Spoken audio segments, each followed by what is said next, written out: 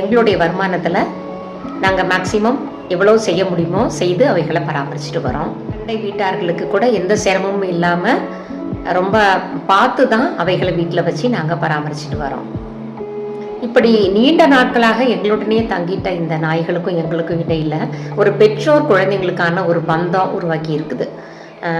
அது எல்லாருக்குமே தெரியும், அந்த நாய்கள் வளர்த்து பார்க்குறவங்களுக்கு தெரியும். அதுலேயும் இப்படி தவிக்கின்ற குட்டிகளை எடுத்து அவைகளை பாதுகாத்து பராமரிச்சுட்டு வர்ற எங்களுக்கு இன்னும் அதிகமான ஒரு அன்பு, ஒரு அவைகளை பாதுகாக்கணும் அப்படிங்கிற உணர்வு இருக்கும். ஒரு வீட்டுக்கு இவ்வளவுதான் நாய்கள் வைக்கணும் அப்படின்னு தனிப்பட்ட சட்டங்கள் எதுவும் கிடையாது, இது வரைக்கும் இருந்ததில்லை. இப்போது ஒரு சூழ்நிலை உருவாகி இருக்குது. அதனால் ஒரு சில மாநகராட்சிகள் மட்டும் ஒரு சஜஷன் கொடுக்குறாங்க, எவ்வளோ வச்சுக்கலாம் அப்படிங்கிற மாதிரி. மற்றபடி தனியாக இதுக்குன்னு சட்டங்கள் கிடையாது. அதனால எங்களால் எவ்வளவு அதிகபட்சம் வச்சு பார்க்க முடியுமோ அதை நாங்கள் பராமரிச்சுட்டு வரோம். இப்படி வீடுகளில் வச்சு பராமரிக்கிறது சட்டத்தை மீறிய செயல் கிடையாது. அதைத்தான் தெளிவுபடுத்த நான் விரும்புகிறேன். சட்டத்தை மீறிய செயல் கிடையாது.